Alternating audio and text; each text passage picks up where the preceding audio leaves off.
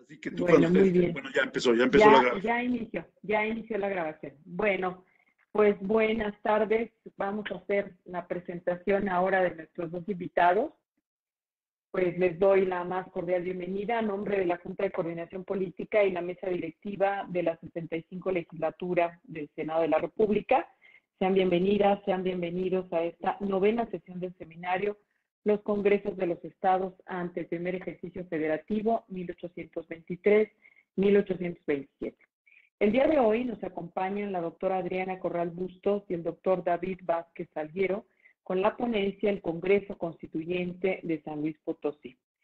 Adriana Corral es doctora en Historia por la Facultad de Filosofía y Letras de la Universidad Nacional Autónoma de México. Su interés en el estudio de procesos en el tiempo la ha llevado a analizar aspectos económicos, políticos, sociales y culturales de la región centro-norte de México y de otros países. Ha fungido como dictaminadora de proyectos de investigación con el CONACYT y otras instituciones, de artículos científicos y tesis de grado como directora, codirectora y o miembro del comité tutoral. Ha coordinado equipos de investigación a nivel local, nacional e internacional. Actualmente es profesora e investigadora titular del programa Historia en el Colegio de San Luis, AC, y miembro del Sistema Nacional de Investigadores Nivel 1. Algunos títulos recientes de su autoría son Adriana Corral y Jennifer Jenkins, que es La Historia Pública Cultural, Material e Inmaterial, con la participación de Jenkins. Esto es editado por el Colegio de San Luis, aún está en prensa. El capítulo del libro Aproximación a la historia del gasto público para la Administración de Justicia en los Estados, San Luis Potosí, a finales del siglo XIX e inicios del XX, en el libro La construcción y la ejecución del gasto y del presupuesto desde la hacienda pública de los estados siglo XIX y XX, editado por la Facultad de Historia, Universidad Michoacana de San Nicolás de Hidalgo, editado este año 24. Y el libro Remembranzas y bosquejos de una vida, el capitán José Pilar García Ramos y su diario de lucha, editado por el Colegio de San Luis en el año de 2023, en versión electrónica y realizado en coautoría con David Eduardo Vázquez. Bienvenida, doctora Adriana Corral. Y presentamos también al doctor David Vázquez.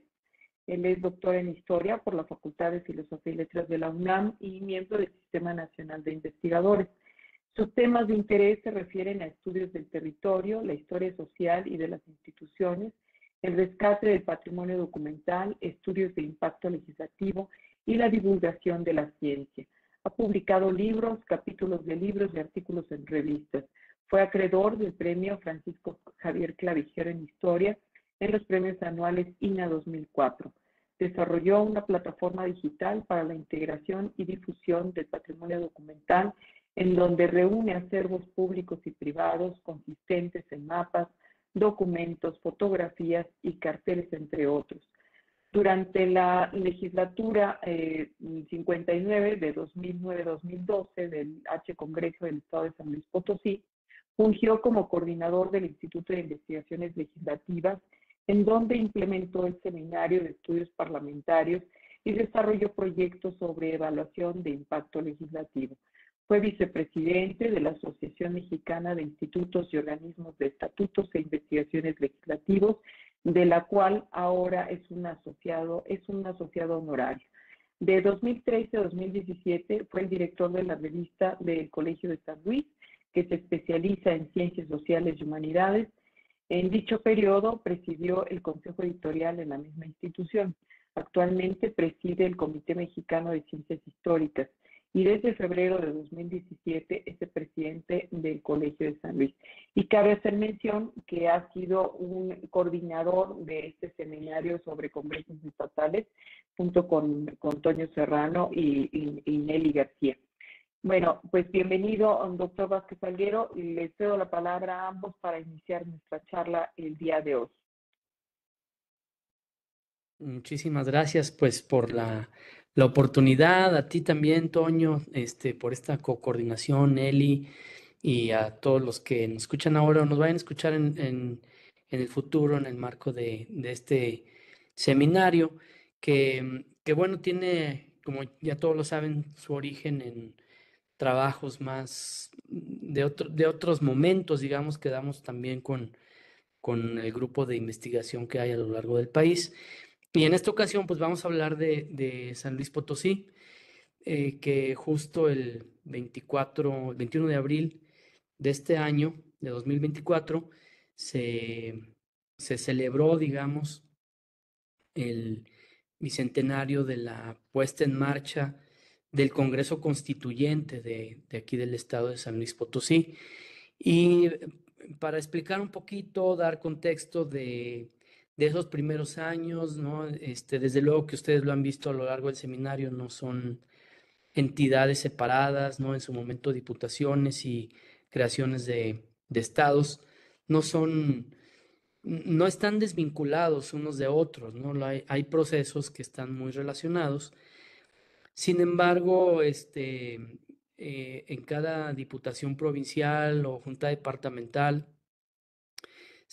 o asambleas se han tenido ciertas particularidades que atienden a dinámicas políticas regionales, también económicas. Hay diferentes pesos específicos, digamos, de esos aspectos que han llevado a generar determinadas características en ese proceso de establecimiento de los congresos constituyentes. En el caso del estado de San Luis Potosí, vamos a ver un proceso que inicia, como en muchos otros, en 1821. Y, y ese es, digamos, el periodo entre 1821 a 1824, cuando se da esa antesala al Congreso Constituyente que comenzará en el 21 de abril de 1824 y que va a concluir un par de años más adelante con la promulgación de la primera Constitución del Estado de San Luis Potosí de 1826. Entonces, ese Congreso Constituyente también tuvo un periodo eh, muy parecido al de la Diputación Provincial de San Luis Potosí, o bueno, la Diputación de San Luis Potosí. 2 años, ¿no? En el primer caso, 3 años de 21 a 24 y el otro de 2 años y fracción, ¿no? Y quizás un poquito menos, más bien. Y bueno, en este sentido, la Diputación de San Luis tuvo ciertos ajustes, ¿no? Yo siento que ese momento de 21 a 24 fue un periodo precisamente de pues sopesar esos diferentes aspectos, ¿no? Recordemos que recién se tenía la división territorial en intendencias y esas intendencias se habían subdividido en provincias. En este caso, la Diputación de San Luis Potosí correspondió a la jurisdicción de la provincia de San Luis, que si también recordamos, la intendencia de San Luis Potosí pues fue la más grande de todas las intendencias que hubo en la Nueva España. Y cuando se disuelve, pues se van creando también esas otras jurisdicciones, de tal manera que después de promulgada la independencia y echada a andar nuevamente esa diputación, ¿no? Porque también esta diputación tiene sus antecedentes en la Constitución de Cádiz de 1812, periodo ahí de ajuste, de suspensión y luego se retoma. Esta diputación pues mantuvo ese control junto con el intendente y entonces, bueno, se define, digamos, ese proceso yo siento, de hacer esos ajustes en varios aspectos. Esos aspectos son en lo político, principalmente, ¿no? Hay diversos personajes que los vamos a ver participando más adelante en los procesos constitucionalistas, otros no, es decir, hay una clase política que se va decantando, ¿verdad? Que es heredera del movimiento independentista y federalista, ¿no? Y otros que se van incorporando, ¿verdad? También hay una suerte de ajuste en el ámbito militar, que yo pienso que esa parte tiene mucho peso, al menos acá en San Luis Potosí, con influencias, digamos, de Querétaro, de Jalisco, de Guanajuato, de Veracruz, de Puebla. Hay también ajustes y redefiniciones en el ámbito económico, porque a la Diputación le corresponde también eh, tratar ese tema, ¿verdad? Sobre todo para el sostenimiento de la propia Diputación y de los compromisos que va adquiriendo, con miras a la instalación del Congreso Constituyente.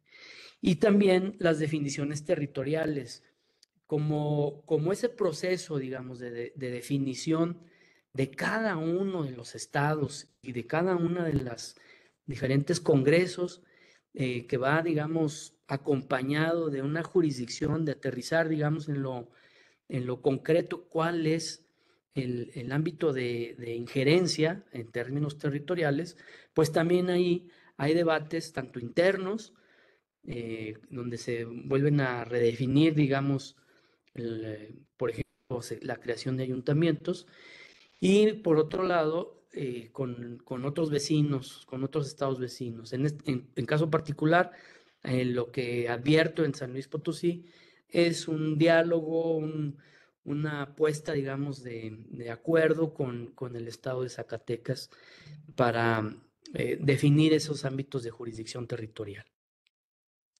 Entonces, bueno, esta diputación de San Luis Potosí, previa al constituyente, al Congreso Constituyente, tenía varias funciones, entre otras la de revisar la buena aplicación de los fondos públicos, revisar siempre las cuentas, cuidar el establecimiento de los ayuntamientos, ¿no? Que se dio en ese periodo cronológico, es cuando hubo la mayor instalación y creación de ayuntamientos. Yo creo que por ahí también fue una parte muy importante en estos ajustes políticos. Proponer al gobierno los arbitrios que estimara más convenientes para la obra pública, ¿no? Sobre todo en la capital.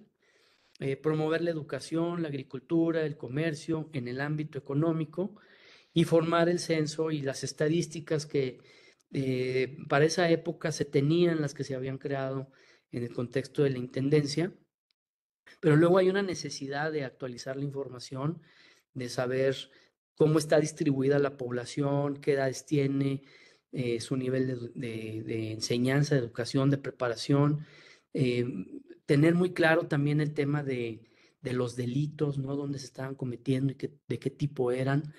Y pues sobre todo, insisto, en la revisión de la administración de la renta pública. Y esta diputación estaba integrada por un presidente, un intendente y 7 diputados, este, que como ustedes saben en cada lugar variaba dependiendo del tamaño. En este caso, pues así ocurrió. Y las actas de la Diputación Provincial de esa época, pues traen muchos temas, como ya he dicho, ¿no? Pero estos que he referido son los que tienen un mayor, ocupan un mayor espacio, digamos, un mayor ámbito de debate y de deliberación, ¿no? Que yo creo que, dejando un poquito el discurso que estoy dando, la narrativa, creo que una característica muy importante de esta época es precisamente introducir, que ya se tenía de alguna manera, pero aquí de manera más horizontal, introducir el parlamentarismo, ¿no? Es decir, la puesta en acuerdos, ¿no? Representando cada quien los intereses que traían de diferentes lugares de la provincia, pero tratando de utilizar, digamos, una narrativa, una puesta en común también de objetivos, ¿verdad? A final de cuentas, todos están de acuerdo en que debe haber un Estado, en que debe de existir este proceso de federalización, que debe de existir la creación de una constitución y el cuerpo, digamos, legislativo de donde va a emanar, y eso es fundamental, es decir, es la creación de una cultura deliberativa. Yo creo que ahí también hay que poner mucha atención. No profundizo tanto en esta ponencia, pero creo que es algo que vale la pena ir como advirtiendo, digamos, en el seminario, ¿no? Y en cuanto al tema militar, que este, pues está a la orden del día, ¿no? Están los elementos armados y está también ese sentimiento de pertenencia, ¿no? Esto se va dando también la creación de una suerte de identidad, ¿no? Con motivo de con la mira, digamos, de la creación de constituyente. Creo que fue muy importante también ese proceso, ¿no? De ir identificando a dónde se pertenece, qué territorio, qué intereses se van a defender, y ahí pues todo eso se va, digamos, como decantando, se va haciendo concreto en el ámbito de lo militar, ¿no? Por ejemplo, que ya mencioné un poquito la cuestión territorial con Zacatecas. Real de Pinos es un mineral que está al oriente de San Luis Potosí. Actualmente pertenece a Zacatecas, pero en ese momento pertenecía a San Luis Potosí. Entonces, eh, allí hay esta como, como falta de identidad y de pertenencia a San Luis Potosí. Eh, en términos, digamos, de- del ámbito militar, pertenece a San Luis Potosí, Real de Pinos, pero en lo político pertenecía a Zacatecas. Y entonces, en ese sentido, hay pues ese como doble de sentimiento de pertenencia, ¿no? O sea, me controlan en lo militar desde San Luis, pero mi vida política, mi vida mineral, o sea, todo lo que tiene que ver con la extracción y procesamiento de la plata, el comercio, se da más del lado de Zacatecas, ¿no? Recordemos, hago un paréntesis también aquí, que ahí en Zacatecas, en el Real de Pinos, transcurre el río Parada, que era un río que fungía como división entre, entre la España y la Nueva Galicia. Y eso se fue, esa división, esa frontera natural se fue manteniendo y de manera natural hacía esa división entre una provincia y otra, ¿no? De tal manera que también hay una suerte de serranía que promueve más la comunicación y las relaciones con Zacatecas que con la capital de San Luis Potosí, que está más cerca de Pinos. Está más cerca Pinos de la capital de San Luis que de Zacatecas, ¿no? Pero había ese sentido de pertenencia más hacia allá, ¿no? Entonces, esto se traslada al ámbito de lo militar y hay una serie de argumentos, ¿no? De tipo de mantener el orden, la tranquilidad, la parte civil, la parte eclesiástica, que tampoco la refiero mucho aquí, pero que también hay que más o menos considerarla. De tal manera que, pues sí se preguntan qué podría pasar si se mantuviera esa jurisdicción también en lo político de parte del Real de Pinos, ¿no? Y allí pues hay ahí quienes hacen esa negociación y esas comunicaciones son precisamente los militares, ¿no? Los quienes están más a cargo de ello, ¿no? Los militares de San Luis tratando de apaciguar esas disputas y también sirviendo como mediadores. Otra parte que tiene que ver con lo militar fue la parte de las levas, ¿no? De la necesidad, la urgencia, la falta de personal, de tener cuerpos de militares protegiendo los diferentes lugares, sobre todo los que tienen que ver con la minería. Y bueno, pues ahí hay toda una serie de estadísticas, sobre todo más adelante, no tanto cerca de 21, más bien más cerca de 24, 1823, 1824, de tener que estar buscando reemplazos de militares, ¿no? Siempre teniendo una urgencia, digamos, de personas, ¿no? Se hablaba de alrededor de 5,000 efectivos que se requerían en aquella época, ¿no? Y de tal manera que, pues, insisto, se estaba buscando ese control de toda la provincia, ¿no? En diferentes lugares. Río Verde, que es parte de la zona media, es decir, es una zona que está justo a la mitad del estado de San Luis Potosí, del actual estado. Es una zona muy rica En cuanto a agricultura, ¿no? Ahí se da mucho la caña, los cítricos, está a una altura mediana, eh, alrededor de unos 800 metros sobre el nivel del mar, insisto, recibe los afluentes del río Santa María que viene desde la Ciudad de México. Es una zona muy, muy bien, eh, pues, húmeda, ¿no? Muy bien humedecida en el sentido de que hay mucha fertilidad ahí, ¿no?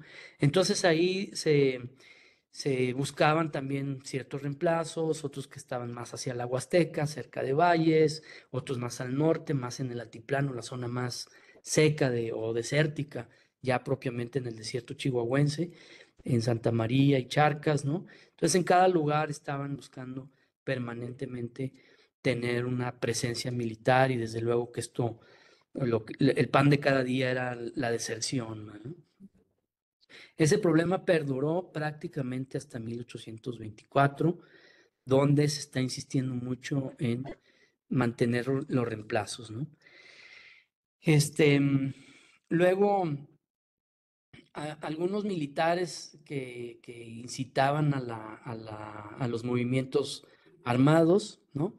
Sobre todo a inicios de 1824, no fueron, o sea, fueron alarmantes, pero no pusieron en riesgo, digamos, este, la estabilidad, llamémosle así, este, y ahí vamos a ver una presencia también importante, una disputa, digamos, entre el militar que estaba aquí, un general llamado José María Lobato, y el jefe político, ¿no? Que estaba siempre insistiendo a la diputación para pedirle a Lobato que depusiera las armas.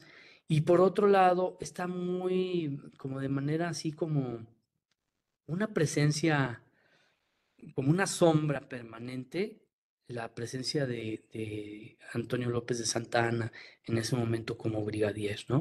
Entonces siempre era un referente Santa Anna, ¿no? Era como algo, una persona con quien comparaban esta suerte de rebeldías, ¿no? Entonces, que rebeldías que a la postre se podían convertir en amenazas, ¿no? Entonces, siempre estaba ahí como esa sombra también de Santana que, como sabemos, tuvo algunas, participaciones importantes aquí en San Luis Potosí. En el ámbito político, las actas de la Diputación también nos dan cuenta, digamos, de todo este avance, digamos, de la, de las transformaciones que se están dando en el resto de lo que más adelante sería nuestro país, ¿no? Y siempre con una relación muy cercana con el Ayuntamiento de San Luis, que es la capital todavía, aquí en San Luis, que por cierto también quiero destacar esta parte, ¿no? La ciudad de San Luis Potosí ha sido muchas cosas al mismo tiempo y por esa misma razón, el peso político de sus habitantes ha sido muy relevante. O sea, fue capital eh, de intendencia, de provincia, en su momento de estado, cuando fue el centralismo de departamento, tuvo el carácter de ayuntamiento, podemos llegar hasta el periodo juarista, en que fue incluso capital de la República. Entonces siempre también esta ciudad tuvo ese fuerte componente político entre sus actores, ¿no? Los más relevantes. Entonces, aquí se habla, por ejemplo, de la proclamación de Agustín de Iturbide como emperador, ¿no? De la convocatoria al Congreso Constituyente para establecer la monarquía constitucional. También ahí vamos a ver, insisto, la presencia de Antonio López de Santa Anna, ¿no? Donde él está en San Luis Potosí y está a cargo, digamos, de una división, ¿no? A su mando, tratando de adherir personal, ¿no? A militar a sus causas. Por ejemplo, en algún momento se tienen que mover de aquí, buscan sesionar cerca en Mezquitic, que es rumbo a Zacatecas, precisamente. Luego se crea, digamos, una suerte de solicitud pues de manutenciones. Este Santana lo solicita, ¿no? Mulas, ¿no? Uniformes, pertrechos, en fin, ¿no? Y luego también se va a ver la trayectoria política de las personas. Ahí es donde yo insisto en esa clase política que se va creando, alguna se va a consolidar, otra va cediendo espacios, otros van a llegar, se va decantando, digamos, esa clase política. Aquí destaca un personaje muy importante para el Estado, sobre todo para aquellos inicios, ¿no? Que fue José Ildefonso Díaz de León, em, como miembro de esta diputación provincial. Ildefonso Díaz de León, pues fue el presidente, digamos, de la Diputación en 1823. Él fue, por ejemplo, el primer gobernador de San Luis Potosí. Se fue, digamos, consolidando, ¿no? Él fue magistrado de la Audiencia Nacional de México, luego estuvo en un tema de negocios eclesiásticos, en fin, o sea, tuvo varios ámbitos de acción. Y en el aspecto económico, pues ahí se ve más que nada una necesidad de administrar los escasos recursos, ¿no? Siempre se habla de que hay poco dinero. Y en ese sentido, pues sí, los diputados están todo el tiempo pensando, priorizando, ¿no? Hacia dónde llevar los gastos, que desde luego el gasto mayor es el que se llevaba en los sueldos, ¿no? Del personal, y deudas que se tenía con el personal, y también deudas con algunos proveedores, ¿no? Que surtían, digamos, a la diputación, al ayuntamiento y a otros ámbitos del ejercicio del poder, ¿no? Y bueno, pues ahí todo el tiempo se están viendo cuentas, se está viendo también como una prioridad el mantenimiento del ejército, ¿no? Se están buscando préstamos, se está promoviendo los donativos voluntarios, sobre todo en los primeros años, ¿no? 21, 22. Se emiten decretos para que haya ese tipo de préstamos, ¿no? Y también ya a finales del periodo, de este pequeño periodo de 21 a 24, la preocupación pues es precisamente la instalación del Congreso, ¿no? Ya esa preocupación y esa deliberación sobre el gasto se da entre marzo y abril de 1824. Entonces, pues quieren hacer una ceremonia suntuosa, se hacen presupuestos, ¿no? En fin, o sea, ese tema está ahí presente. Y luego también en el ámbito territorial, ya mencioné algo, es la definición de la jurisdicción de la Diputación y el Estado, en particular en relación con Zacatecas, ¿no? Ahí esto que les comentaba de si Pinos pertenecía o no pertenecía a San Luis. Más adelante hubo una serie de arreglos. Cuando digo más adelante son varias décadas más adelante. Hay una serie de ajustes territoriales todavía con Zacatecas y se van creando nuevos ayuntamientos, ¿no? Pero por lo pronto, en este momento la preocupación está en el Real de Pinos.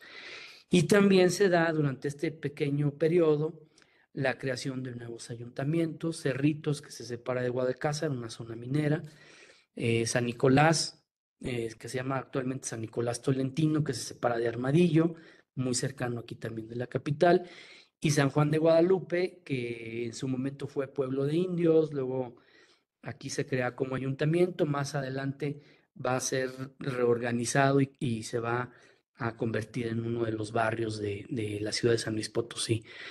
Refiero San Juan de Guadalupe en particular porque en el ámbito territorial tiene un peso específico particular.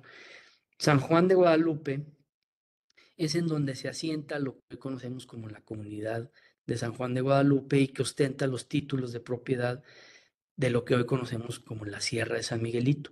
La Sierra de San Miguelito está al sur de la capital de San Luis y es un elemento natural muy grande que en su momento proveyó de agua, proveyó de madera, ¿no? De carbón, de cantera. Toda la cantera que hay en la ciudad viene de la Sierra de San Miguelito. Y ahora, pues incluso en nuestros días, digamos, han sido escenario de disputas territoriales por el desarrollo de fraccionamientos y de carreteras y demás. Es una reserva natural. Hace poquito hubo un decreto, pero tiene unas raíces muy profundas, ¿no? Yo las admiramos, las podemos observar hasta finales del siglo XVII, todo el siglo XVIII, donde es de los lugares donde se preservaron los títulos este, de dotación y donde a los naturales se les deja la propiedad. Por eso nunca fue convertido en ejido ese lugar, ¿no? Actualmente tiene el carácter de comunidad. Y luego viene ya finalmente, para cederle la palabra a Adriana, el otro tema que es la conformación del Congreso, las complicaciones que llegó a tener. Esta deliberación se da durante un año aproximadamente, entre mayo de 23 y mayo de 1824, digamos, primero con la convocatoria al nuevo soberano Congreso. Hay varios personas que son los que elaboran esa convocatoria, se forma una comisión, luego pues se hace una revisión de la misma. eh, Se está buscando, por ejemplo, palabras, ¿no? Hay palabras que son muy evocadoras de los ideales del momento, ¿no? Que es la palabra libertad, ¿no? O sea, la palabra libertad se menciona en las actas de manera permanente, o sea, lo encontramos en todas las discusiones, ¿no? La libertad, cómo garantizar la libertad, cómo que sus acciones puedan favorecer la libertad. Y en ese sentido, aquí también la convocatoria se está pensando con ese concepto de fondo, ¿no? Donde lo que se busca, sí, se logró esa independencia, pero está en la búsqueda de esa libertad de cada una de las áreas representadas, ¿no? Y luego viene ya el registro, digamos, de las personas, ¿no? Que van a contender para el Congreso Constituyente. Eso ya se va dando hasta 1824 a inicios en enero. Se dan varias discusiones, igual permea un poquito la parte económica, pero realmente este, se discute mucho sobre la formación de las comisiones, ¿no? Que van a estar revisando las elecciones, ¿no? Y entonces, bueno, se hace toda la junta electoral o las juntas electorales para ir recogiendo los votos. Y el 15 de marzo de 1824 se lleva a cabo las elecciones, ¿no? Para el Congreso Constituyente. O sea, también veamos, ¿no? El periodo se da el 15 de marzo las elecciones y para 21 de abril se está instalando, ¿no?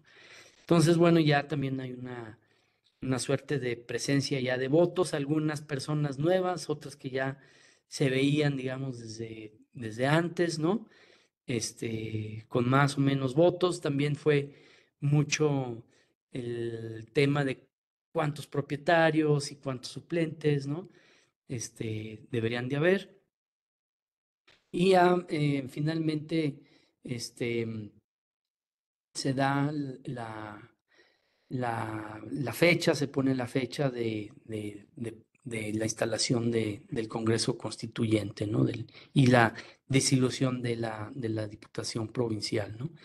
En ese sentido, también un poco el debate era quién instala, ¿verdad? ¿Cómo debería ser ese ceremonial, ¿verdad? ¿Quién tiene la facultad? Si la facultad de instalar al Congreso Constituyente la tiene la Diputación Provincial o debe haber una comisión, o debe haber algún otro integrante del gobierno, ¿no? Este, por ejemplo, las discusiones eran de que nosotros concluimos y no, nuestro trabajo no es legitimar, eso queda en las elecciones, no es ceder el poder, porque es crear un nuevo. En fin, ahí hay esta serie de deliberaciones me parecen hasta cierto punto, entre comillas, naturales para el momento, ¿no? Sobre a quién corresponde atender esa solemnidad, ¿no? Que si debe ser algún prelado, el comandante general, los empleados de las rentas, el intendente, en fin, a quién debería de corresponder esta solemnidad. Y bueno, con esto concluyo porque a partir de allí, pues ya se instala el Congreso Constituyente que durará un par de años más hasta la primera legislatura y la promulgación de la Constitución de 1826. Gracias. Adriana, sería tu turno. ¿Me escucho? Muy bien. Buenas tardes a todos. Muchas gracias, David, por otorgarme la voz. Antes de comenzar, quiero agradecer la invitación que nos hace la mesa directiva y la Junta de Coordinación Política del Senado de la República y al doctor José Antonio Serrano. Muchas gracias. Bueno, rápidamente, nada más como para acabar de completar un par de cosas que mencionó el doctor Vázquez, quiero mencionarles a ustedes algunos nombres de las personas que conformaron la Diputación Provincial de San Luis Potosí entre 1823 y 1824. Entre ellos tenemos a José Ildefonso Díaz de León, a Juan N. García Diego, José Eufrasio Ramos, José María Guillén, Mariano Escandón, José Ignacio Lozano, Marcelino Martínez, José Macario Guerrero, Antonio María de Esnaurizar, Lorenzo de Obregón, Manuel Ortiz de Zárate y Rafael Pérez Maldonado. Y bueno, de algunas profesiones y oficios que ellos tenían, algunos eran licenciados, otros militares. Tenemos dos curas, que era José María Guillén y José Ignacio Lozano, lo cual, bueno, habla de un proceso de institucionalización de los requisitos que debían de cubrir las personas que ocupaban puestos de elección, ¿verdad? Popular. También teníamos militares y contadores. Y de esta lista de diputados de la Diputación, quienes hay varios de ellos, 8 de ellos pasan a formar parte de la primer legislatura en 1824, que fueron José Ildefonso Díaz de León, que fue el primer gobernador del estado, Manuel Fernando Ortiz de Zárate, que era de Villa del Maíz, y también, bueno, fue varias veces diputado. Antonio Frontaura y Sesma, él era potosino también, y también fue miembro del Tribunal de Justicia. José María Guillén, él era de Guadalcázar, y José Ruiz de Aguirre y Escandón y Manuel M. de Gorriño y Arduengo, que este último personaje, Gorriño y Arduengo, fue quien redactó la primera constitución para el estado de San Luis Potosí. Y bueno, esta lista que yo les estoy leyendo, bueno, pertenece a una investigación que hizo un alumno que trabajó conmigo el tema precisamente del cambio de diputación a primera legislatura. Y bueno, pues las razones que encontró el ahora doctor Francisco Mesa fue que estos personajes, 8 principales personajes o destacados personajes que pasan de la Diputación a el primer Congreso, pues muchas de sus razones eran, pues sí, claro, políticas, pero pues también económicas, dado que todos ellos pertenecían a las clases, digamos, preeminentes, ¿verdad?, de San Luis Potosí. Entonces, bueno, pues yo les quise mencionar esto nada más un poquito para reforzar lo que ya muy bien explicó el doctor Vázquez. Y ahora sí, pues yo paso al tema que que les quiero platicar, de todo el conjunto de temas que constan en las actas de la Diputación Provincial. Yo he procurado especializarme en lo que se refiere solamente a la cuestión de la administración de justicia y a la organización judicial. Este tema para San Luis Potosí, pues ha sido, como muchos temas, ¿verdad?, poco trabajado, ¿verdad? Entonces quise dar esa aportación.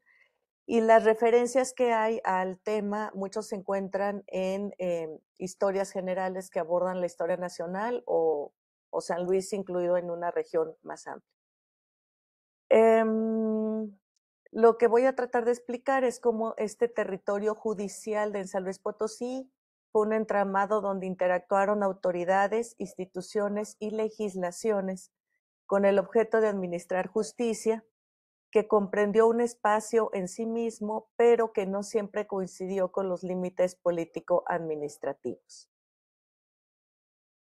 Bueno, la administración de justicia en el estado de San Luis Potosí entre 1824 y 1826 tiene como su base el establecimiento del sistema republicano federal que quedó plasmado en el Acta Constitutiva de la Federación de 1824.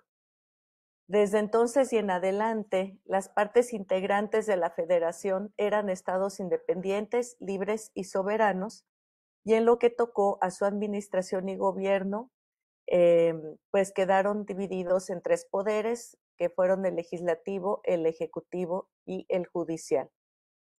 El poder judicial sería ejercido por tribunales que se establecieran de acuerdo a cada constitución. A nivel federal, el Poder Judicial residió en una Corte Suprema de Justicia, en los tribunales de circuito y en los juzgados de distrito. Entre sus atribuciones se estableció que conocerían de las diferencias que podría haber de uno a otro estado de la federación, de las competencias que se suscitaran entre tribunales federales, de las causas criminales entre diputados, senadores, gobernadores de los estados, secretarios de despacho, empleados diplomáticos y de las causas cometidas en ultramar. A nivel de los estados, el Poder Judicial se ejercería por tribunales que establecieran la constitución particular de cada uno y todas las causas civiles o criminales que pertenecieran al conocimiento de los tribunales serían sustanciadas en ellos hasta su última instancia y la ejecución de la sentencia. Se podría considerar que con la publicación de la Constitución de 1824 se marcó en letra la división de competencias jurisdiccionales que correspondían a la esfera federal y a la estatal. Pero esto no se aplicó para la impartición de justicia de manera inmediata. En la práctica, las cosas funcionaron de diferente manera. En San Luis Potosí, de acuerdo con lo establecido en el Acta Constitutiva, se convocó a una junta de la Diputación Provincial de San Luis Potosí. Es preciso recordar que la Diputación Provincial había venido desempeñando todas las funciones judiciales que le habían sido otorgadas desde el artículo 335 de la Constitución Política de la Monarquía Española de 1812, entre las cuales son de subrayar, por ser este el tema que nos ocupa, las de canalizar los asuntos a las instancias judiciales correspondientes y dar parte de las infracciones cometidas.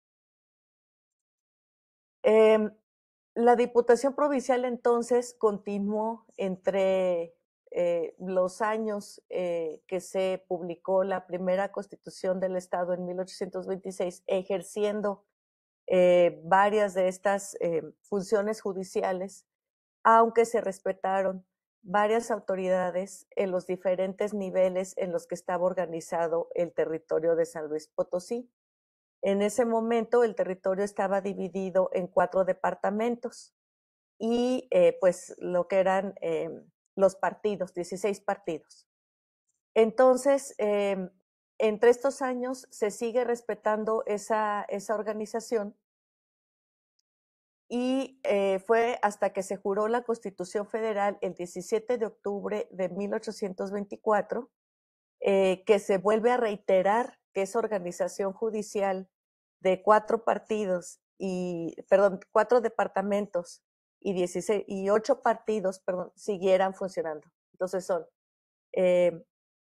4 departamentos y 8 partidos.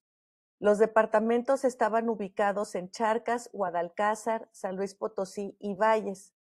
Los partidos fueron Charcas, Guadalcázar, San Luis, Santa María del Río, Río Verde, Salinas del Peñón Blanco, Venado y Villa de Valles.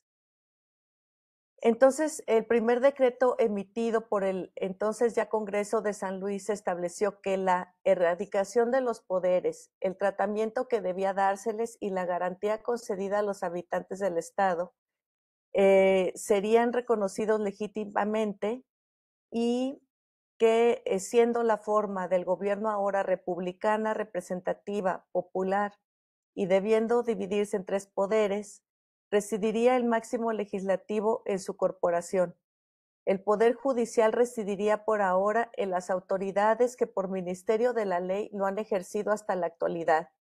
Que el ilustre ayuntamiento, todos los del Estado y demás corporaciones se irían desempeñando las funciones encomendadas hasta ese momento, adhiriéndose a todas las leyes vigentes. El señor ex jefe superior político quedaría provisionalmente encargado del Poder Ejecutivo con el nombre de ese puesto. Se le daría de palabra y por escrito el trato de excelencia y señoría a los secretarios. El cuerpo legislativo como el Poder Ejecutivo se usarían de la atención o caravana y de una antefirma, y que los habitantes de la nación serían grabados en exacta proporción en lo que fuera en otros estados de la Federación. En este contexto, la Administración de Justicia en San Luis Potosí resolvería solamente las causas civiles o criminales y se seguirían hasta la ejecución de la sentencia. En cuanto a su organización, se reconoció la continuidad del sistema judicial decretado en la Constitución Gaditana de 1812. La Diputación Provincial, los jueces de letras de los partidos y los alcaldes constitucionales de los pueblos, entonces conservaron sus facultades para impartir justicia en la competencia que ya tenían reconocida. El esfuerzo legislativo encaminado al perfeccionamiento de la organización judicial del Estado se completó con la promulgación de la Constitución Política en 1826, pues en ella se decretó el ejercicio de justicia residiría en un Supremo Tribunal de Justicia del Estado que contaría con facultades, competencias y jurisdicción específica. En la práctica, la Diputación Provincial funcionó como la institución para la transición del sistema anterior al sistema federal. Desde el primer semestre de 1824, las actas de las sesiones de la Diputación dejaron constancia de lo que se acordó sobre el establecimiento del Congreso y las solemnidades para su instalación. Para mediados de abril de 1824, la Diputación ya había comenzado a turnar asuntos al Congreso del Estado para su resolución, aunque la última sesión de la Diputación se celebró hasta 1825. Desde ese año y hasta 1826, la primera legislatura resolvió supletoriamente sobre el arreglo específico para la justicia a través de los decretos 8 del 2 de agosto de 1824 y el número 26 de fecha 30 de julio de 1825. En ambos decretos resolvió sobre las instancias competentes ante las cuales se podría comparecer en juicio, las cuales fueron: primera, los alcaldes de pueblos; segunda, la primera sala del Supremo Tribunal de Justicia; y la tercera instancia ante la segunda sala del tribunal, que conocerían de las materias solamente civiles y criminales. En caso de controversia jurisdiccional entre ayuntamientos, el Congreso resolvió que debía conocer el alcalde de la cabecera del partido. Si cualquiera de los ayuntamientos se encontraban a mucha distancia, entonces podría conocer el alcalde de cabecera del partido más próximo. En asuntos entre el ayuntamiento y la cabecera del partido, debería conocer el primer alcalde del partido inmediato. Entre controversias jurisdiccionales entre alcaldes de cabecera, deberían conocer siendo limítrofes el alcalde de la cabecera inmediata a ambos, y si no eran limítrofes, el alcalde de la cabecera central. El Congreso potosino resolvió, y en cuanto a las leyes de carácter general que eran vigentes, señaló que la Constitución de 1812, la Constitución General de la República y otras disposiciones posteriores fueran adaptables al caso que se estuviera resolviendo, serían consideradas como vigentes en los casos judiciales que se debería resolver. Y bueno, en de la revisión documental que realicé, les puedo comentar que los decretos, por ejemplo, tienen en el cuerpo del texto contenidos no solamente la conceptualización de algunos delitos, sino también en el mismo decreto muchas veces se ponía lo que los abogados conocen como códigos procesales o elementos procesales. Es decir, se tipificaba el delito e inmediatamente en el mismo decreto se ponía el procedimiento de la resolución para juzgar ciertos delitos, lo cual esa separación entre la conceptualización del delito y el procedimiento fue un proceso que tomó muchos más años, casi hasta finales del siglo XIX, segunda mitad del siglo XIX, en donde aparecen ya propiamente lo que son los códigos civiles, los códigos penales y los códigos de procedimientos en ambas materias. Pero bueno, pues eso ya fueron pues muchas décadas posterior. Entonces, en este momento en el que estamos hablando, lo que nosotros vemos es unos primeros esfuerzos de definición, no solamente conceptual en cuanto a técnica jurídica, sino también a la construcción de las instituciones que ejercían la justicia, porque además no hay que olvidar que en este momento no había tantos abogados letrados, por decirlo así de alguna manera. Muchos de ellos pues no habían sido educados en México, otros que ya habían estado aquí, pues todavía no, pues no había la cantidad suficiente, por decirlo así, ¿verdad?, que se requería para poder, pues echar a andar lo que era todo el aparato de justicia que estaba enunciado en las leyes, ¿no?, y que se pretendía desarrollar e impulsar. En términos generales, entre los años de 1826 a 1835, se continuó tratando de mejorar y perfeccionar los sistemas de justicia, tanto federal como de los estados. Este proceso fue muy complejo, pues además de la administración de justicia, los estados estaban, y cito, ocupados en poner los primeros cimientos de sus gobiernos, de arreglar su administración, mejorar su policía y establecer su hacienda. Termina la cita. Esta es una de la cita de la memoria de los ramos del Ministerio de Relaciones Interiores y Exteriores de la República. La paz y el orden público al interior de la Federación eran considerados objetos esenciales de un país bien regido y por lo tanto debían ser objeto de atención y regulación. Era necesario una administración vigorosa y severa de la justicia. En San Luis Potosí, la Constitución del Estado fue sancionada en 1826. En ella se estableció que para el gobierno del Estado se reconocían los departamentos, los partidos, y en cuanto a la administración de justicia, se establecieron las facultades y atribuciones que tendría un Supremo Tribunal de Justicia, pero fue hasta el 20 de marzo de 1827 cuando se publicó en el decreto número 35 del Estado una ley de arreglo de tribunales para la administración de justicia del Estado de San Luis Potosí.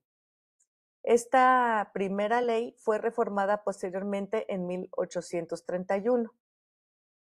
De acuerdo con estas leyes especiales en la materia, para su organización territorial judicial, el Tribunal del Estado se basaría en la división político-administrativa que ya existía, departamentos y partidos.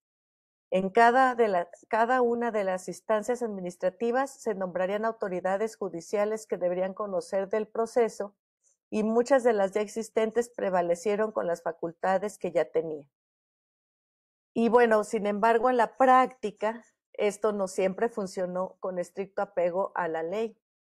Por ejemplo, yo encontré que en el delito, por ejemplo, de contrabando de tabaco, que fue muy frecuente en la Huasteca Potosina, fue cometido pues reiteradas ocasiones, sobre todo en la jurisdicción del Partido Judicial de Tancanwitz, pero estos juicios se resolvieron en los partidos judiciales de Santa María del Río.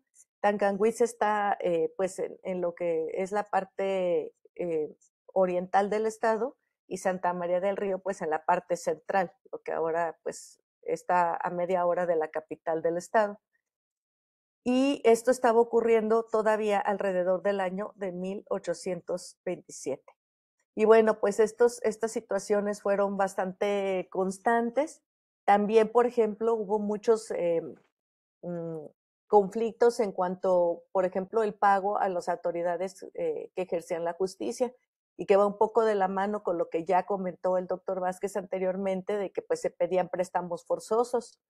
Y una forma de exigir los préstamos forzosos en el Estado, que es una, pues, digamos como práctica, no quiero decir costumbre, pero sí una práctica, que se pedía prestado a los sueldos de los empleados de la nómina, ¿no? De gobierno del Estado, y que es una práctica reiterada pues a lo largo del siglo XIX, o al menos es lo que yo he encontrado en la documentación. Y entonces, pues las personas que ejercían la justicia, pues no se salvaron de esta circunstancia y pues fue todo un tema que duró a lo largo del XIX y muchos de ellos, por ejemplo, algunos que pertenecían a alguna familia sobresaliente en el estado, pues después esos préstamos fueron utilizados como estrategia para décadas posteriores poder negociar concesiones, servicios u otros puestos dentro del gobierno. Pero mucho de ello pues encuentra su origen en estos primeros años postindependientes. Y bueno, ya voy a terminar. Entonces, para finalizar, el territorio de San Luis Potosí entre 1824 y 1835, pensado como una valla virtual sobre esta división, los límites de la administración de justicia se transformaron y tuvieron una lógica que respondió al proceso de la institucionalización del Poder Judicial. Esto estuvo determinado como, por ejemplo, la interposición de leyes antiguas con modernas, o también con la derogación de puestos y su sustitución por funcionarios que desempeñaban las mismas funciones, pero con cargos diferentes. También se pudo apreciar un importante esfuerzo de los funcionarios del gobierno local por continuar impulsando la institucionalización del Poder Judicial, por perfeccionar el derecho procesal, así como de obtener un mejor control sobre el territorio para la administración de justicia. Sin embargo, esto no respondió con eficacia a los diferentes delitos que se interponían ante ellos. Por otro lado, a pesar de que estaba señalado en los decretos, en la práctica no se concretaba una separación clara entre las instancias que debían conocer de determinados asuntos. La administración de justicia en el estado de San Luis durante la Primera República Federal Mexicana fue un periodo de transición lleno de desafíos. Aunque se establecieron las bases para un sistema judicial moderno, la inestabilidad política y social del país, junto con la falta de profesionalización y la influencia de intereses políticos, limitaron su eficacia. Estos problemas continuaron afectando el sistema judicial en los años siguientes y fueron un factor importante en las reformas y cambios que se implementaron en periodos posteriores. Muchas gracias, eso sería todo. No, al contrario, muchas gracias, David, Adriana, David, muchas gracias por su, pues esta presentación que realmente de nueva cuenta nos ayuda mucho a seguir pensando temas sobre los congresos, que es el objetivo de este ciclo. Y además, ahorita abriríamos la mesa, pues ambos nos permiten entrar al norte de México, donde hay territorios muy amplios, como lo planteaba David, y ambos nos ayudan a entender pues, el funcionamiento, y es una cosa primero que rescataría, en términos de lo que llamaba David identidades, culturas y clases políticas, ¿no?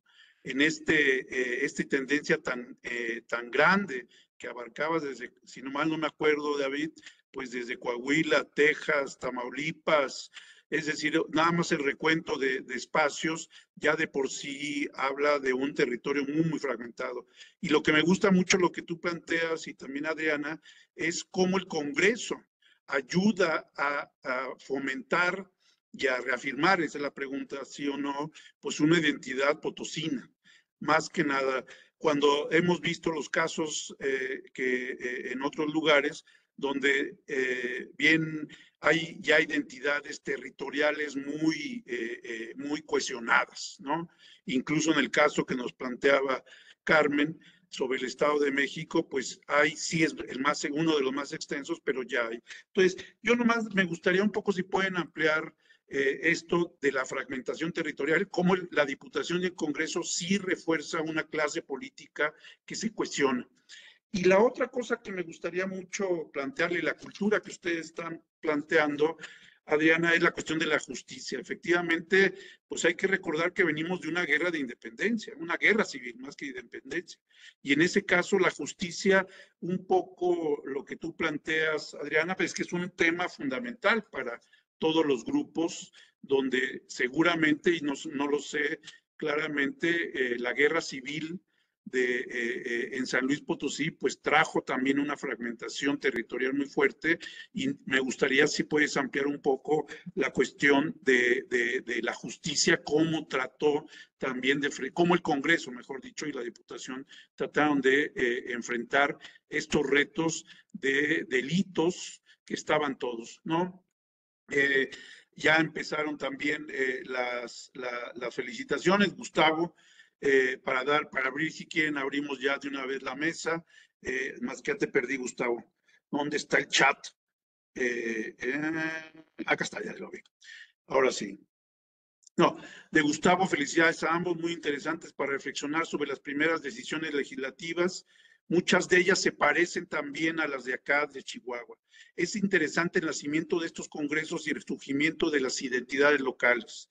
También lo de la territorialización de poder. Fascinante. Si quieren, lo hacemos, David, abrimos de una vez la mesa o quieren empezar con estos dos comentarios un poco lo que hacíamos, no nada felicitaciones, sino también sobre esto, la territorialización, David, Adriana, sobre San Luis Potosí.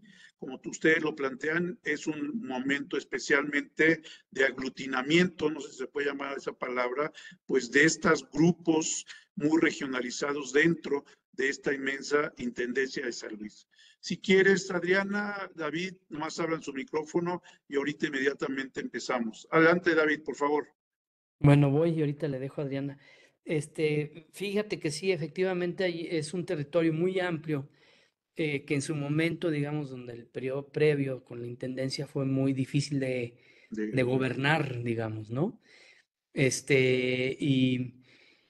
Y algo que quiero mencionar un poquito con la creación de estas élites de políticas es que yo siento que una de las fuerzas más grandes que había en términos políticos estaba precisamente en la zona media, con los Barragán, ¿no? Que ahí en Ciudad del Maíz, lo que hoy es Ciudad del Maíz, que es una región que va de sur a norte, muy cerquita de lo que hoy es Tamaulipas, muy cerquita a lo que es también la región de Río Verde, y por donde hay un paso, digamos, un paso geográfico hacia la Sierra Gorda.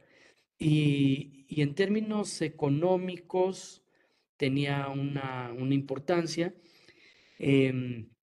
Recordemos que durante el periodo de independencia, Javier Mina pasa por Matamoros, entra, ¿verdad?, por el puerto de Matamoros, luego pasa ahí por Tamaulipas, y justo también tiene su paso por esta región media. Luego llega cerca de San Luis, al norte ahí por Piotillos, que hoy es Piotillos, y ya no entra a la ciudad de San Luis Potosí, ¿ves?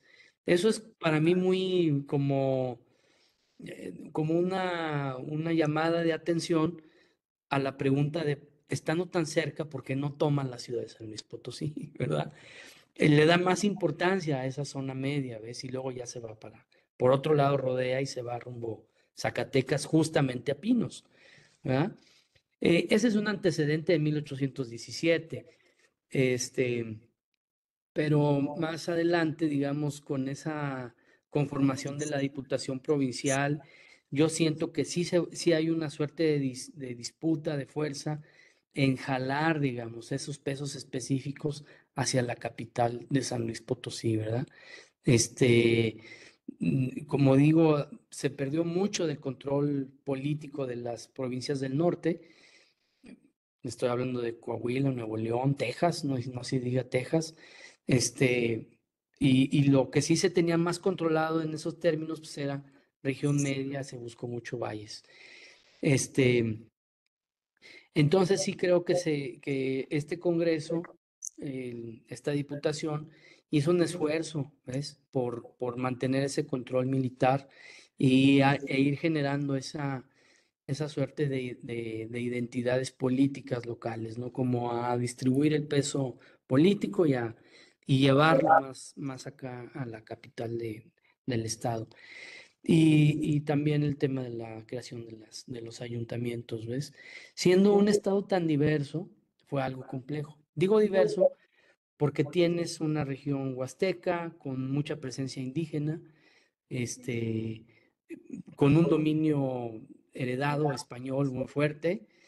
Tienes esa región media muy fértil, tienes la región minera del norte, que a finales para esa época lo que está en auge es Real de 14, con sus casas de moneda y demás allá en el altiplano. Tienes por el otro lado la otra zona minera de las salinas de Peñón Blanco, muy relacionada con la explotación de la plata. Entonces sí, es un territorio con muchos tipos de recursos y por consiguiente de búsquedas de control político. Se lo dejo a Adriana. Sí. Sí. Bueno, un poquito dando seguimiento al asunto de la consolidación de los grupos y de los miembros de la Diputación Provincial que permanecen. Yo pienso que esta situación no se puede explicar sin reconocer que ellos tenían muchos vínculos, tanto políticos como económicos, que los llevan a buscar esa permanencia, ¿verdad?, en el paso de la Diputación a la primera legislatura.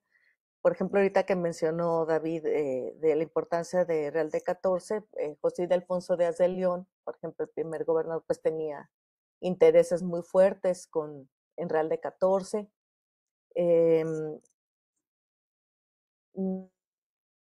También pienso que esta prevalencia de este grupo llevó a buscar o a impulsar en un primer momento lo que después se convertiría pues ya en un sistema electoral mucho más consolidado a lo largo del siglo XIX.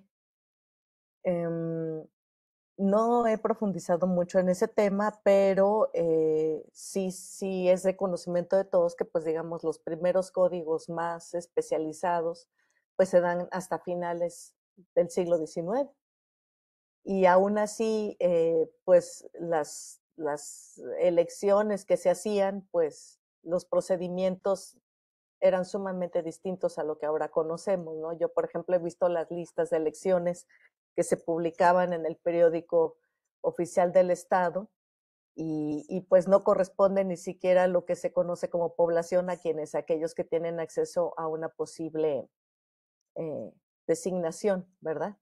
Pero este primer ejercicio que se hace del cambio de la Diputación al primer Congreso del Estado, creo que es ese momento de parteaguas en donde también se busca el impulso a una especialización en esa materia. En cuanto a la cuestión de la administración de justicia, había ciertas materias especiales que no fueron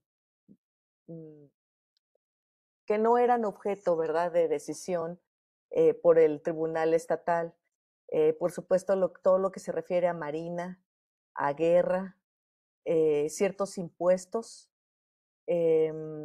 y también se me está yendo minería, ¿verdad? Que como, bueno, Toño es especialista en esto, hasta me da pena y yo por ahí no vaya a cometer yo un error, pero bueno, pues esta interposición en las leyes, ¿no?, antiguas con las modernas, se siguen evocando hasta ya bien entrado el siglo XIX. Y bueno, pues los primeros códigos civiles son de 1870, ¿no? Por ahí en adelante, el penal también. Entonces, lo que encontramos en los decretos que hay en la colección de leyes y decretos de San Luis Potosí, de decretos que están resolviendo materias en específico, situaciones particulares. Y cuando no son, a falta de claridad de la técnica jurídica, pues lo que hacen es evocar o la uso y el costumbre, ¿sí? O pues evocan inclusive las leyes coloniales. Y pues esto continúa así, uno ve esta colección de leyes y decretos y pues es bien recurrente, ¿no? Hasta que, les digo, ya se publican los primeros códigos especializados en la materia. En cuanto a la organización judicial, pues es como yo les había comentado, realmente no hay organización judicial territorial, no hay una modificación distinta a la político-administrativa que está definida en la Constitución. Tenía yo aquí un mapita que está publicado ya en no sé si se pueda, porque no sé compartir en este. Está exactamente después de... Exacto, ahí está. Ya lo estamos viendo, Sí. lo estamos viendo. Sí, bueno, a ver, lo que les quiero mostrar es este mapa. No sé si se vea bien. Este mapa está publicado en un libro sobre la edificación del territorio de San Luis Potosí, así se llama.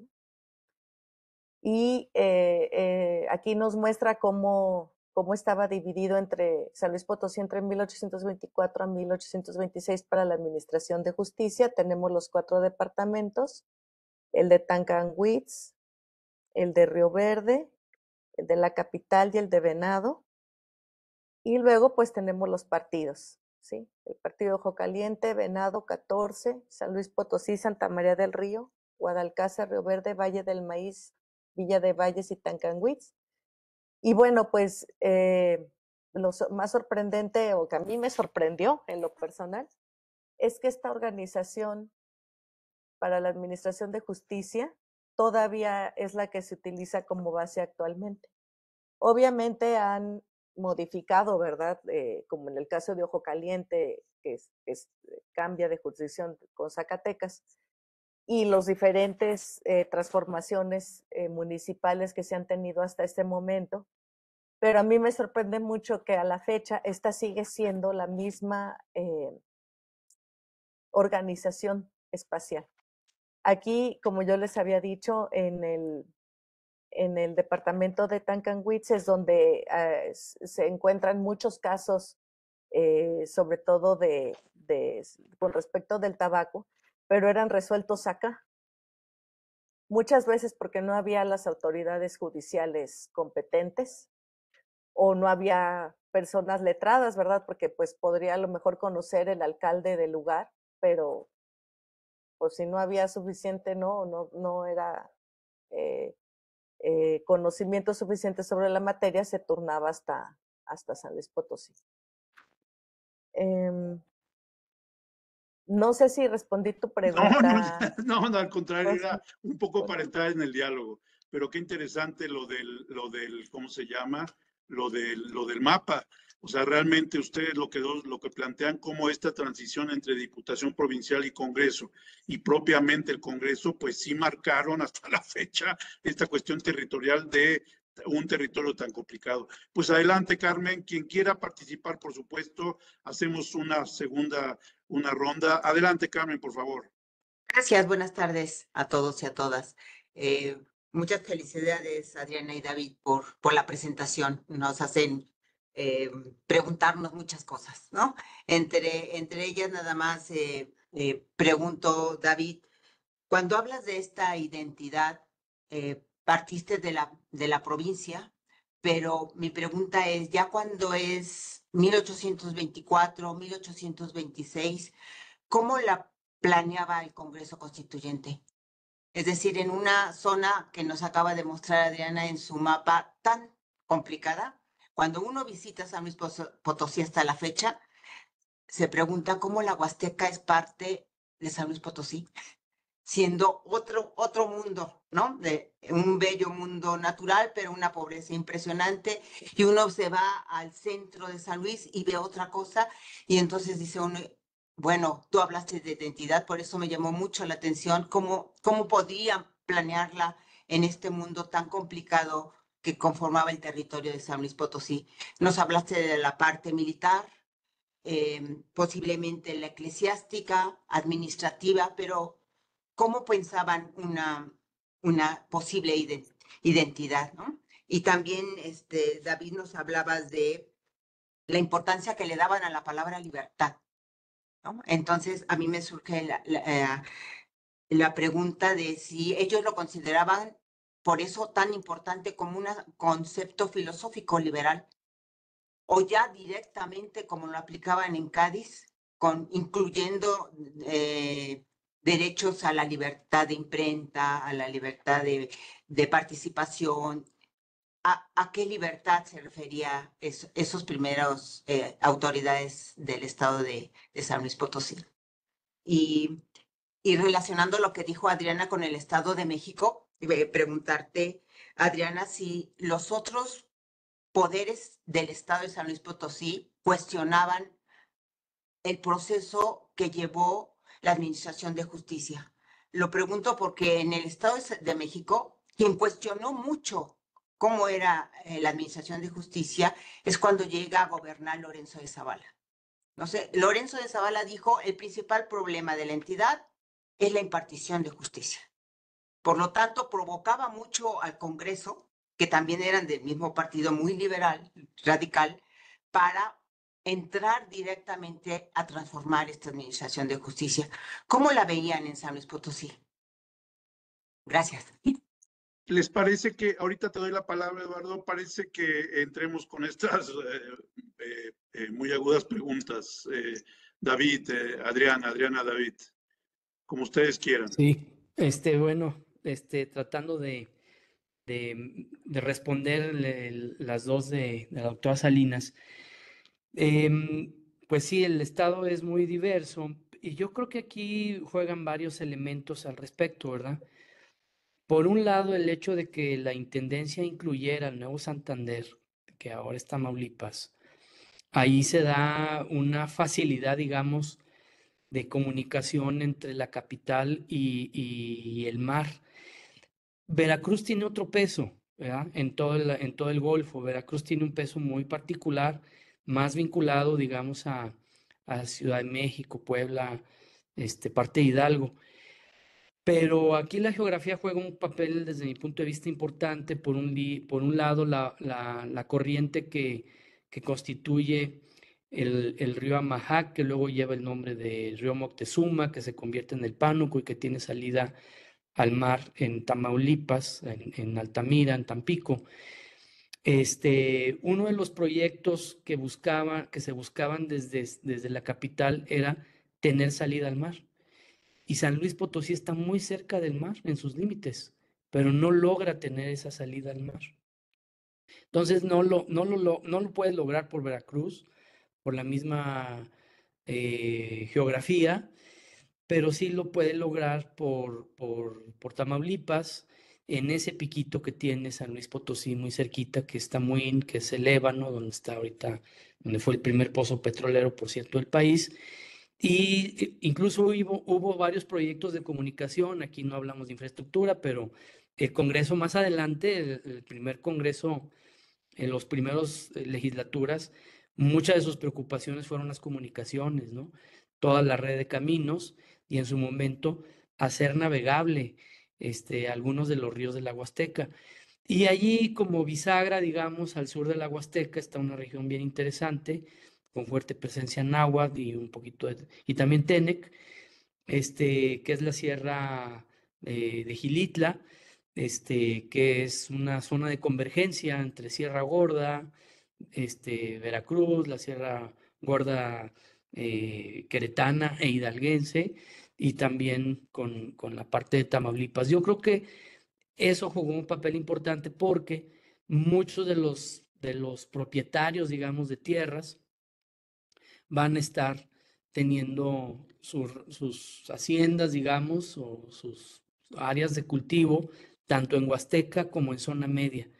Y poco a poco se van viniendo acá en San Luis. Y la capital de San Luis, pues es ese punto de encuentro entre la minería y la agricultura y la ganadería, ¿verdad? Entonces yo creo que ahí se va adecuando esto. En cuanto al tema de la libertad, yo creo que se está construyendo, ¿no? Yo no identifico que haya todavía una, una cuestión en común en el sentido filosófico. Yo pienso que esos debates y el uso de la palabra están en esa búsqueda, ¿verdad? De darle ese sentido, ¿verdad? ¿Qué está significando para cada quien esa palabra? Recordemos, por ejemplo, que aquí mismo en San Luis fue de los primeros lugares en donde se abolió la esclavitud, por ejemplo, ¿no? Donde más adelante, bueno, no en ese contexto precisamente, pero mucho más adelante se crea la Procuraduría de Pobres, ya en 57, por allí, en donde también se da una suerte de mestizaje, pero no en la zona huasteca ni en la zona media. Ahí sí se mantiene a las comunidades indígenas muy separadas de las comunidades hispanas, ¿verdad? Entonces, esa construcción de la palabra libertad tiene además ese sesgo, que es la libertad no para todos, evidentemente. Es una libertad, digamos, que están manejando como un instrumento, desde mi punto de vista, para el argumento político. Adriana, si quieres agregar algo, o sumar, mejor dicho, más que agregar, sumar. No te estamos oyendo, perdón. Disculpe. Sí, respecto a la pregunta sobre si el asunto de la Administración de Justicia fue considerado como un problema, bueno, directamente como tal no encontré o no he encontrado alguna crítica, en tanto que el Congreso más bien fue el que avaló la permanencia de las autoridades anteriores para esa administración de justicia. Entonces, digamos, por el tipo de decretos y por el tipo de propuestas que ellos están o que quedaron en las primeras, en los periódicos oficiales de la época, uno se da cuenta de que, pues, más allá de un desconocimiento o de una especie de causa-efecto, ellos más bien lo que están intentando es estructurar, institucionalizar pues la administración y la impartición de justicia con las personas que existen y que están en ese momento en los puestos, porque pues no hay suficiente personal capacitado para ello.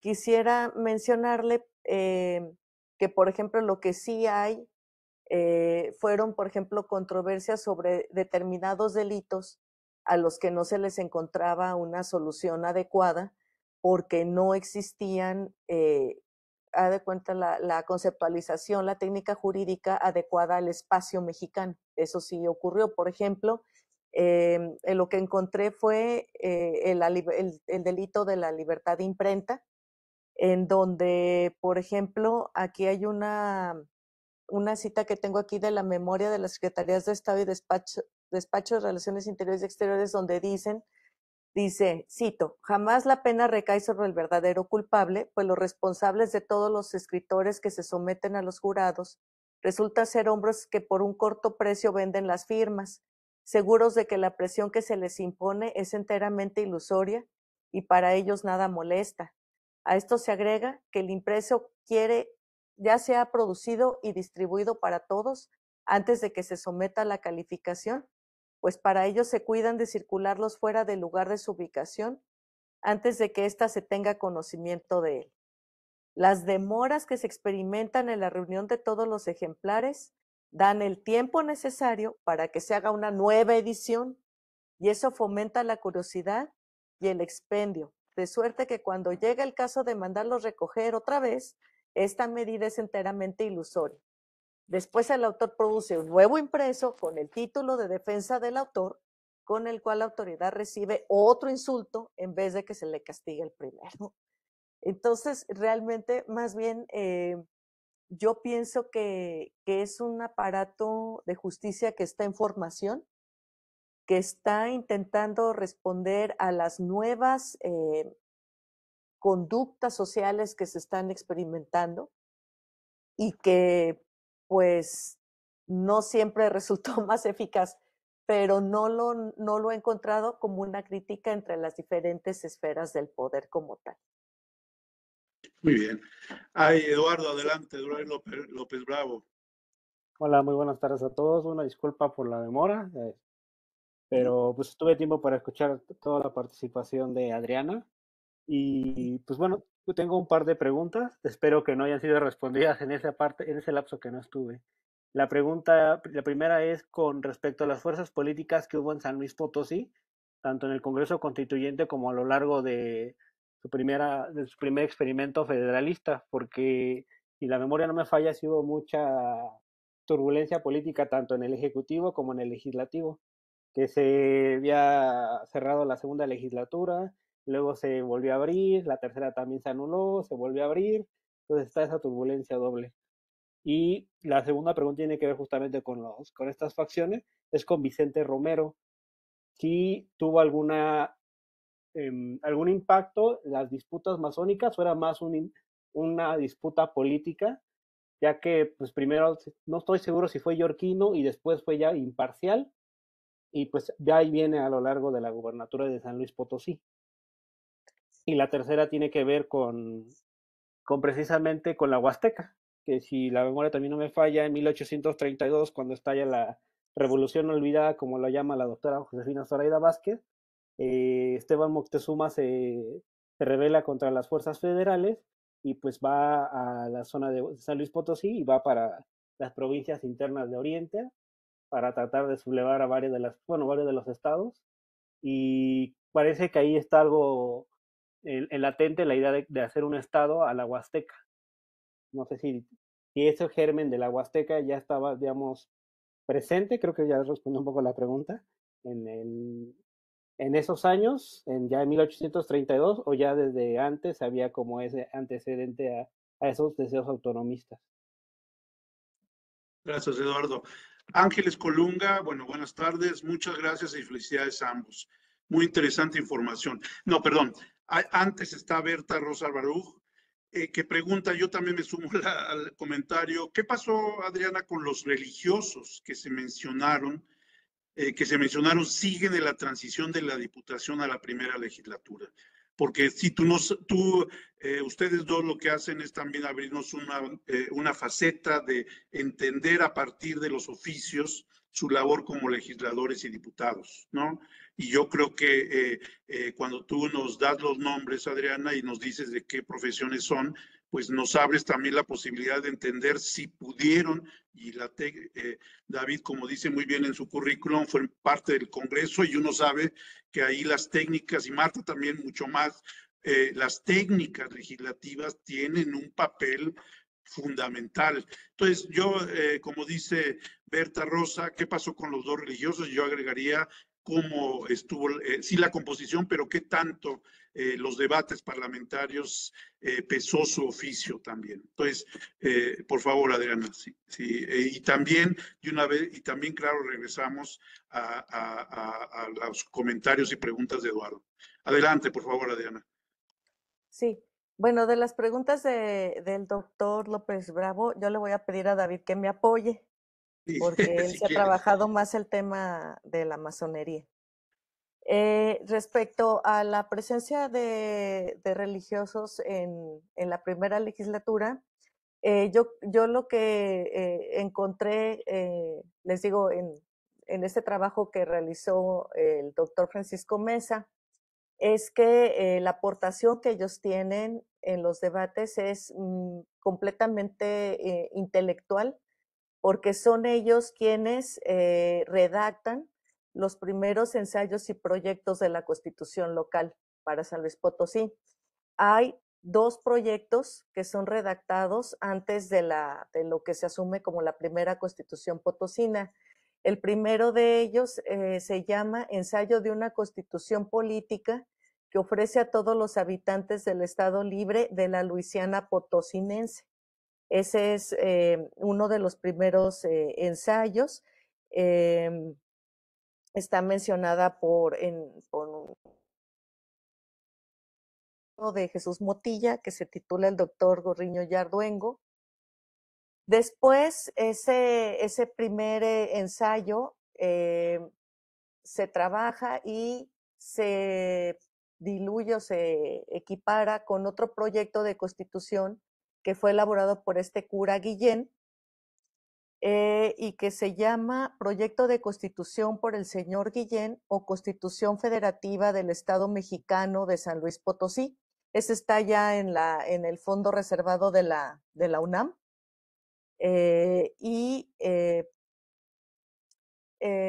Bueno, entre estos 2 ensayos y el proyecto son los que forman la base y son tomados como referencia por Gorriño Yarduengo para hacer la primera constitución política del Estado Libre de San Luis Potosí en 1826.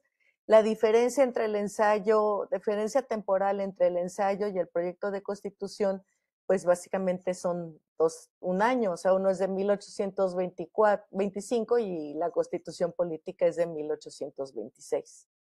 Entonces, la presencia en específico de estos 2 curas, pues ese es el testimonio que se deja, digamos, más evidente de su participación en esta transición entre diputación a primera legislatura.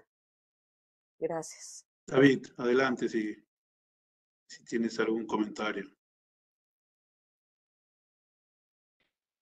Bueno, en el caso de Romero,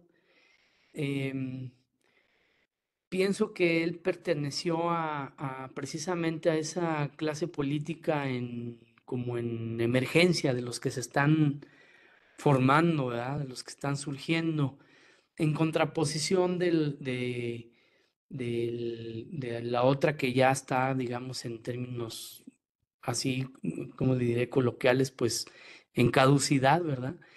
Él va a sustituir precisamente al primer gobernador, a Ildefonso Díaz de León.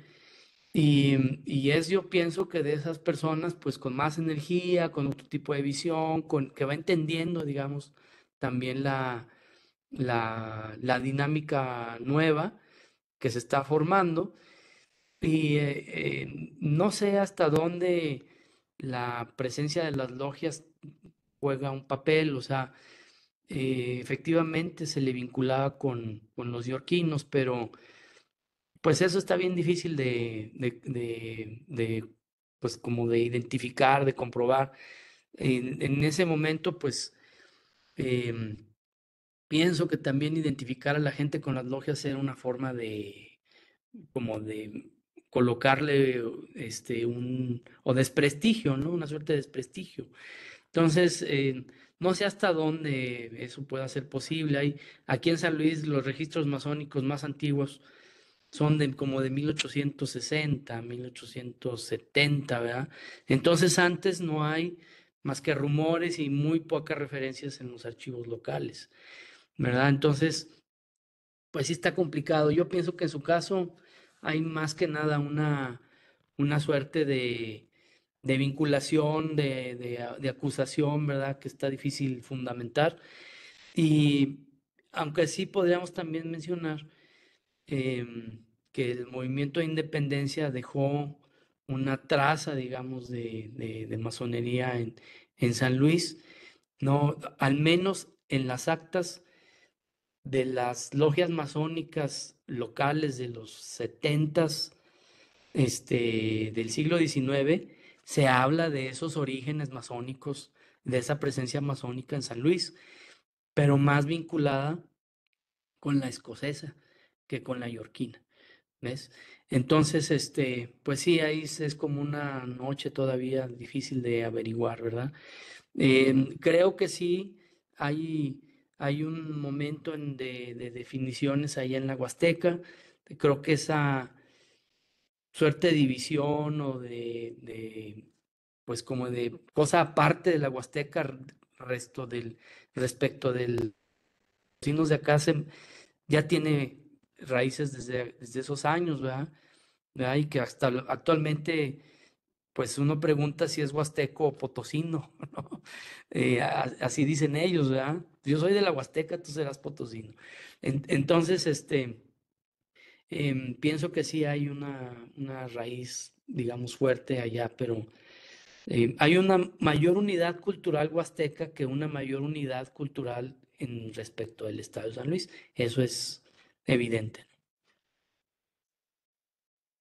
Pues muy bien, gracias también por eso. Si alguien más tiene una pregunta o algo, nada más abra su micrófono. Si no, yo sí tengo leyéndolos, Adriana, David, pues me di cuenta de que en realidad fueron 2 congresos constituyentes, no uno, o me equivoco, porque, y me gustaría saber por qué se da eso. Creo que no se da en otros lados de los estados, pero aquí hay 2 congresos constituyentes. Mejor es una pregunta, ¿hay 2 congresos constituyentes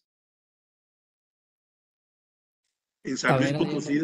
yo no percibo eso. Más bien hay proyectos de constitución. Proyectos de constitución. Son Ah, proyectos de entonces, constitución, no que sean 2 congresos, ¿verdad? O sea, ya, Gorriño se avienta, digamos, su ya. proyecto de constitución y lo propone. Y esa constitución no es finalmente La que la se que da. queda, ¿verdad? Pero es Ya, un proyecto, digamos, muy visionario, anticipado a la constitución que finalmente se construye en Parlamento, que tenía que ser así, porque pues era el cuerpo legislativo abocado a ello.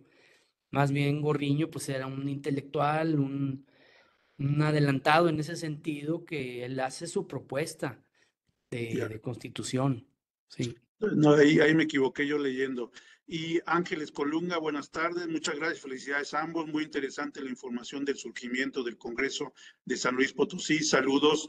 Y pues con este comentario creo que cerramos, no veo más, pero fue realmente para todos, estoy seguro, una muy fructífera tarde y una muy fructífera presentación.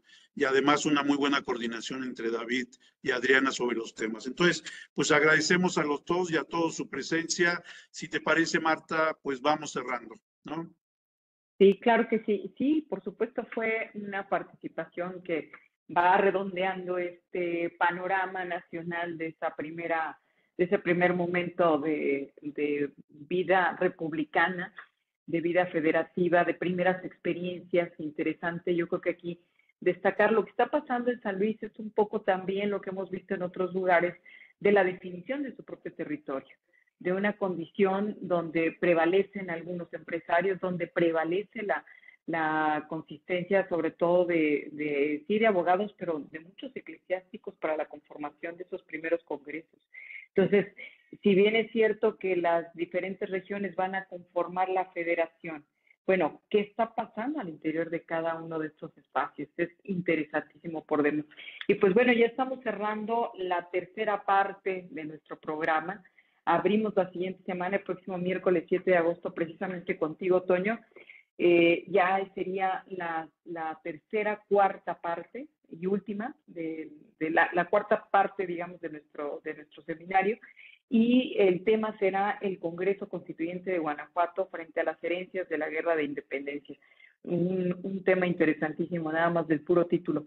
Entonces, pues bueno, les agradecemos mucho la presencia, Adriana, David, por su puntual plática y una muy buena coordinación entre los dos, no cabe la menor duda. Y pues muchas gracias a todos por estar presentes, los que nos han seguido y los que nos van a seguir a través de estas grabaciones más adelante. Muchas gracias a todos y a todas y pues buenas tardes y nos vemos en una semana. Hasta luego. Muchísimas gracias. Hasta luego. Saludos a todos.